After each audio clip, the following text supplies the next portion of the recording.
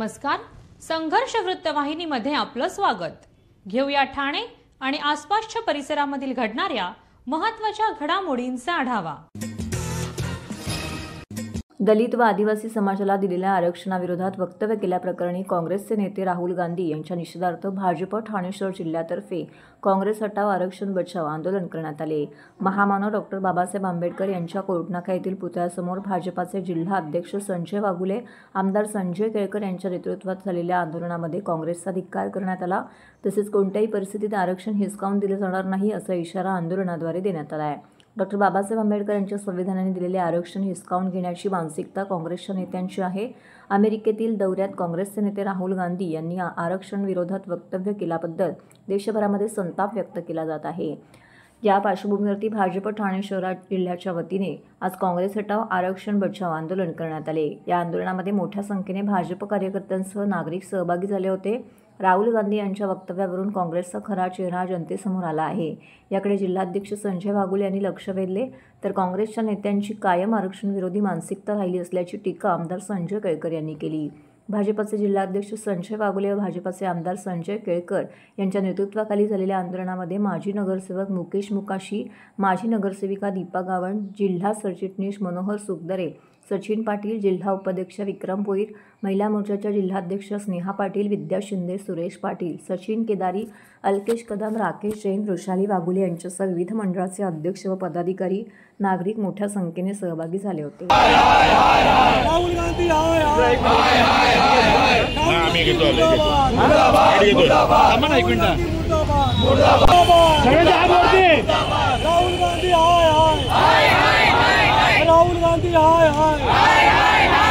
राहुल गांधींनी देशाबाहेर जाऊन देशविरोधी भाष्य केलेलं आहे आणि त्याचा देशातली जनता आणि आम्ही तीव्र निषेध करतो.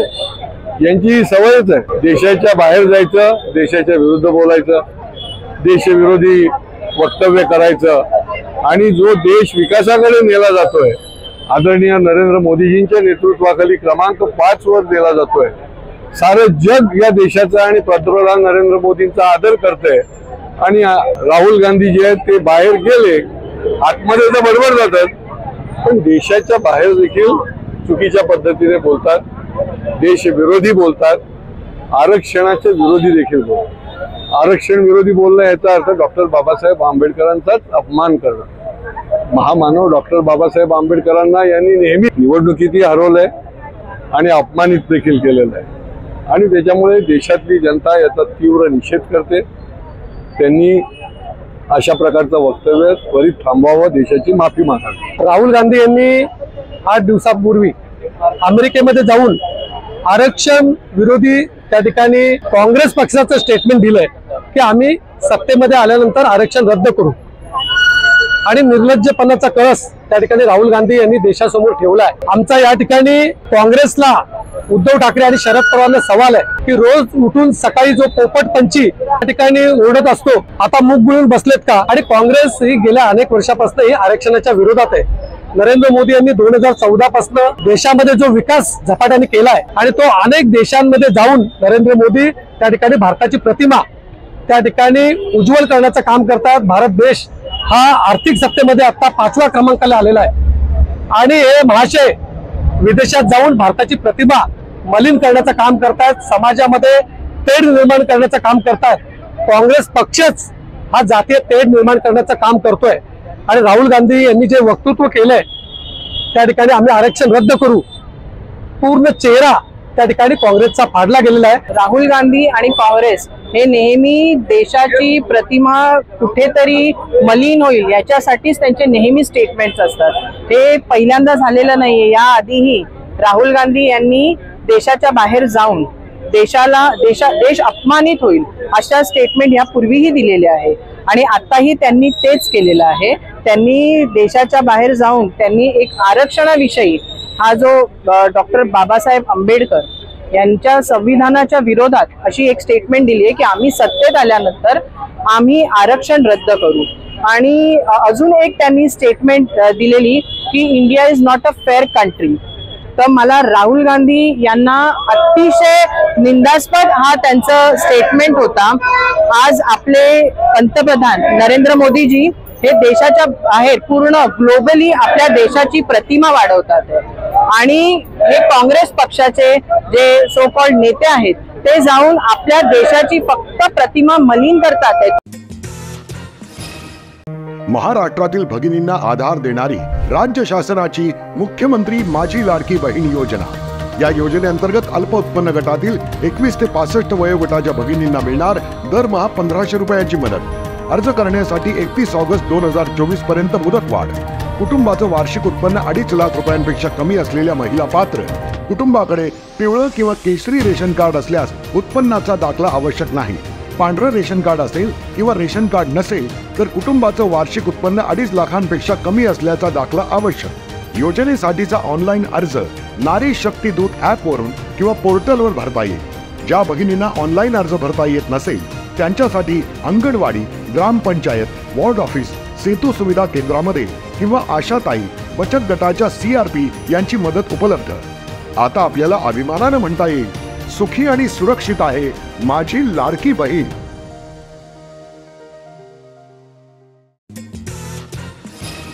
श्रींसह गौरी विसर्जनाच्या 6व्या दिवशी ठाणे महानगरपालिका क्षेत्रातील विसर्जन स्थळावरती एकूण 14,399 गणेश मूर्ती तसेच 1,147 गौरी मूर्ती अशा एकूण 15,546 मूर्तींचा सुव्यवस्थित नियोजित विसर्जन सोहळा संपन्न झाला। त्यामध्ये 109 सार्वजनिक मंडळाच्या गणेश मूर्ती होत्या। पर्यावरणविमुख गणेशोत्सवाची परंपरा यशस्वीपणे राबवणाऱ्या ठाणे महानगरपालिकेच्या वतीने निर्माण करण्यात आलेल्या कृत्रिम तलावामध्ये मोठ्या प्रमाणामध्ये भाविकांनी 6 दिवसांच्या गणेश मूर्तींचं आणि गौरी मूर्तींचं विसर्जन केलं। महापालिकेने तयार केलेल्या विसर्जन व्यवस्थेला ठाणेकर नागरिकांनी दिलेल्या उदंड प्रतिसादाबद्दल महापालिका आयुक्त सौरव राव यांनी सर्व गणेश भक्तांचे आभार मानलेत। ठाणे शहरात तलावपाली, उपवन, रायलादेवी, कळवा, खारेगाव, रेतीबंदर, कोलशेत, वाघबीळ, बाळकुम, कोपरी इत्यादी भागामध्ये विसर्जन करण्यात आले। कळवा, खारेगाव, रेतीबंदर या ठिकाणी नगरसेवक उमेश पाटील यांच्या वतीने खारेगाव तलाव व रेतीबंदर विसर्जन घाट येथे विसर्जनाची विशेष व्यवस्था करण्यात आली होती। यावेळी समाजसेविका रचना राकेश पाटील, जयेश पाटील, माजी नगरसेवक दिनेश कांबळे, शाखाप्रमुख राधेय वराडकर तसेच ठाणे महानगरपालिकेचे अधिकारी, पदाधिकारी, पोलीस अधिकारी, कर्मचारी, ठाणेकर नागरिक यावेळी मोठ्या संख्येने उपस्थित होते। यावेळी नगरसेवक उमेश पाटील यांनी पत्रकारांशी बोलताना याबाबतची अधिक माहिती दिली। प्रमाणे राज्याचे मुख्यमंत्री माननीय एकनाथ शिंदे साहेब, माननीय खासदार श्रीकांत शिंदे साहेब, कल्याणजी आदरणीय गोपाल नांगे, शिवसेना उपनेते यशोदा पाटील, माननीय ठाणे लोकसभाचे खासदार माननीय नरेंद्र मस्के यांच्या नेतृत्वाखाली सातप्रमाणे ठाणे महानगर उद्यमाने या ठिकाणी एक चांगली उत्सव व्यवस्था केली जाते। 1.5 दिवसाचे गणपती आज गौरी गणपती विसर्जन होत आहे, एक आनंदाने होत आहे। या तलावामध्ये नागरा महादेव तलाव जो आहे आज 25 ते 30 वर्षे आम्ही ते सेवा करतो आणि मोफत सेवा केली जाते। 2,500 ते 3,000 गणपती या विसर्जन केले जातात। शिस्तबद्ध ठाणे महानगरपालिका असेल, पोलीस खात्याचे कर्मचारी असतील, पालिकेचे अधिकारी असतील किंवा आमचे पोलीस साहेब आहेत, आमचे कार्यकारिणी आहेत, त्यांचं चांगलं मार्गदर्शन सहकार्य मिळत आहे म्हणून या ठिकाणी आनंदच आहे। आज कळवा, खारेगाव, पारशी मधून अनेक मूर्ती आणि गौरी या ठिकाणी विसर्जन आले, एक शिस्तबद्ध या ठिकाणी आपल्याला चांगलं काम होते। त्याचा आनंद मी या ठिकाणी मिळतो की माझ्या पारशी नगर, खारेगाव आणि कळवा भागाला गणपतीच्या खूप खूप शुभेच्छा देईन।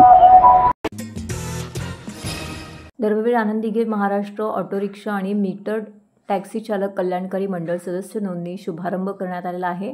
जयभवानी नगर येथे एकता रिक्षा टॅक्सी चालक मालक सेना ठाणेच्या वतीने सल्लागार व नगरसेवक एकनाथ भोईर यांच्या पुढाकाराने शिवसेना ठाणे जिल्हा प्रमुख व खासदार नरेश मस्के यांच्या शुभ हस्ते या कार्यक्रमाचा शुभारंभ करण्यात आला।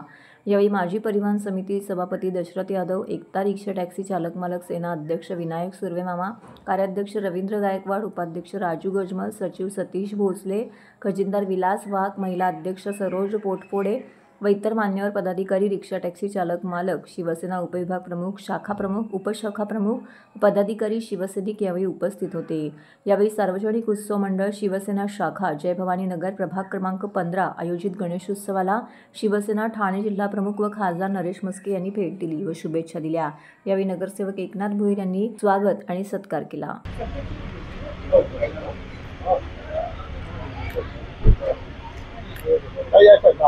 अरे तू मागे ना मागे ना यार, तू पुढे एवढं जातो. मागेला तर सगळ्यांना भेटेल ना. पूर्ण हे बघ,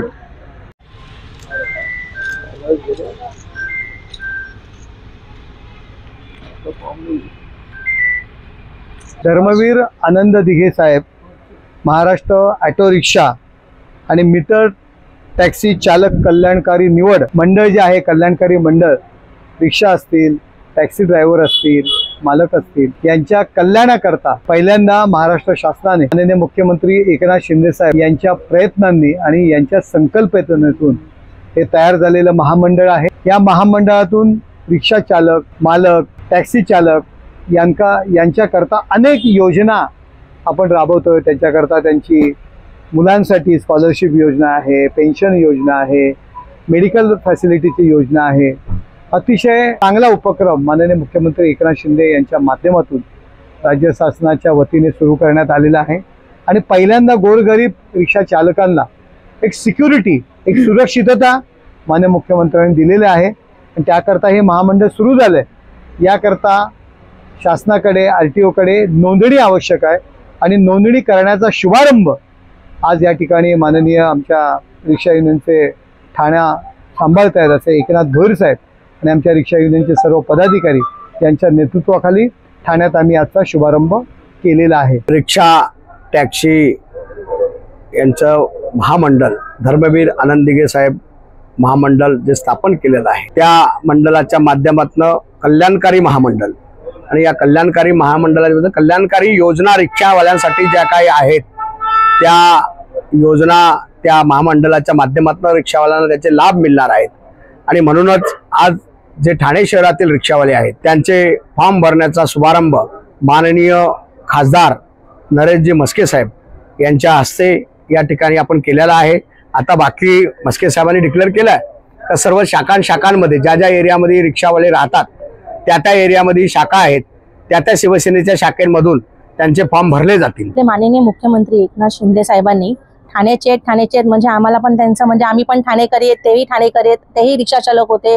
तर त्यांनी एवढा कळकळीने रिक्षा चालकांचा विचार केला सगळ्याच की आज त्यांनी पेन्शन योजना लागू करतायत रिक्षा चालकांसाठी. तसंच मेडिक्लेमची सुविधा आणतात, कारण की प्रत्येक रिक्षेवाल्याला त्यांच्या मिळकतीमध्ये मेडिक्लेम किंवा कुठल्या पॉलिस्या काढणं शक्य नसतं, कारण पॉलिसांची EMI भरणंही शक्य नसतं, कारण रिक्षा चालकांचा तेवढं इन्कम नाही. पण त्यांनी तो हा विचार करून जी पॉलिसी त्यांनी आम्हाला दिली आहे मेडिक्लेमची म्हणा किंवा बाकी इन्शुरन्सची सुविधा देत आहेत किंवा पेन्शनची सुविधा देतात, त्यांचे खरंच मनापासून खूप आभार मानतो आम्ही. नमस्कार, माझं नाव जयश्री आहिरे आणि आपले जे हे धर्मवीर आनंद दिघे साहेबाचे नावाने जे हे आमच्या रिक्षा चालकांसाठी जे सुविधा केलेली आहे अतिशय खूप चांगली आहे.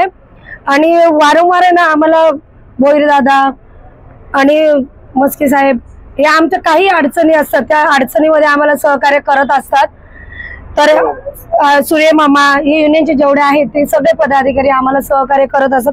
आणि ही जी योजना जी केलेली आहे 65 वर्षानंतर की आम्ही थकल्यानंतर आमच्यासाठी काहीतरी सुविधा मिळावी, तर त्याच्यासाठी मी खूप त्यांचा आभार व्यक्त करते. काँग्रेसचे प्रभाग अध्यक्ष हर्षद पंढरीनाथ ठाकूर यांच्या वतीने ठाण्यातील प्रभाग क्रमांक 3 व प्रभाग क्रमांक 8 साठी घरगुती गणपत मकर सजावट स्पर्धेचं आयोजन करण्यात आलं आहे. या स्पर्धेत साधारण 150 ते 200 स्पर्धकांनी सहभाग घेतला आहे.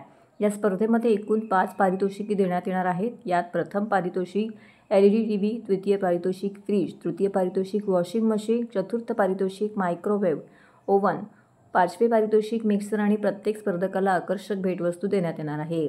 या नामांकित स्पर्धेचे परीक्षण doctor Deepali Dambir, film director Kapil Makwana, musician Aroop Banerjee यांनी केलं आहे.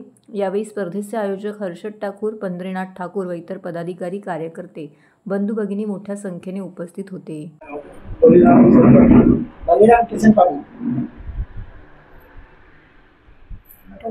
नंबर त्यांचाच घ्या. साकारलेला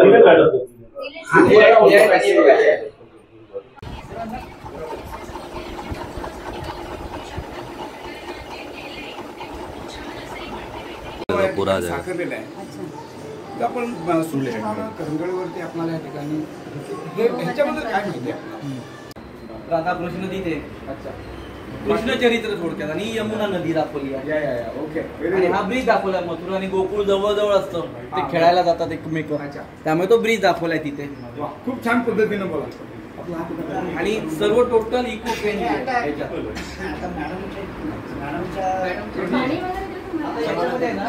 डेकोरेशन मध्ये सगळ्यात सर्वप्रथम मी आपणा सर्व पत्रकार बंधूंचे या ठिकाणी खूप खूप आभार मानतो की आपण वेळात वेळ काढून या कार्यक्रमाला उपस्थिती दाखवलीत. त्याबद्दल मी आपला खूप खूप शतशः ऋणी आहे. त्याचप्रमाणे इथे जज म्हणून आलेले आमचे डांबरे मॅडम असतील, आमचे अनुप सर असतील, परत आमचे कपिल सर असतील, या सगळ्यांचे देखील मी खूप खूप आभार मानतो की त्यांनी माझ्या एका फोनवरती त्यांनी लगेच मला या ठिकाणी होकार दिला आणि या कार्यक्रमाला त्यांनी लगेच उपस्थिती दाखवली. त्याबद्दल मी तुमच्या सगळ्यांचे खूप खूप आभारी आहे. त्याचबरोबर आता मी कार्यक्रम या ठिकाणी लावला, आमचे सगळे काँग्रेसचे कार्यकर्ते, मग ते आजी माजी जुने नवीन सर्वच कार्यकर्त्यांनी या ठिकाणी लगेच उपस्थिती दाखवली. त्याबद्दल मी तुमचे सगळ्यांचे या ठिकाणी खूप खूप आभार व्यक्त करतो. आपले सगळ्यांना खूप खूप धन्यवाद देतो.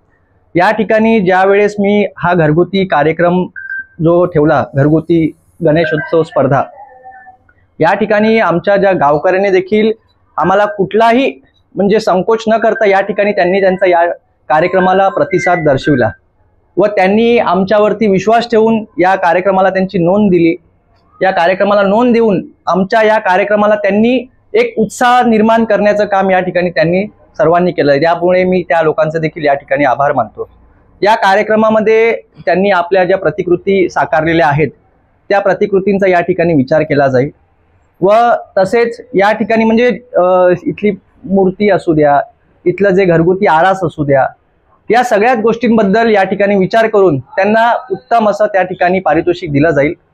आणि जे काय म्हणजे आता मी जजपेक्षा तर कुठल्या मोठा नाही, त्यामुळे हे जज जो काही निर्णय घेतील तो आम्हाला मान्य असेल. त्यामुळे मी एकच सांगेन की या कार्यक्रमाला तुम्ही सगळ्यांनी उपस्थिती दाखवलीत, आपला सहभाग नोंदवलात, त्याबद्दल मी आपला खूप खूप शतशः ऋणी आहे.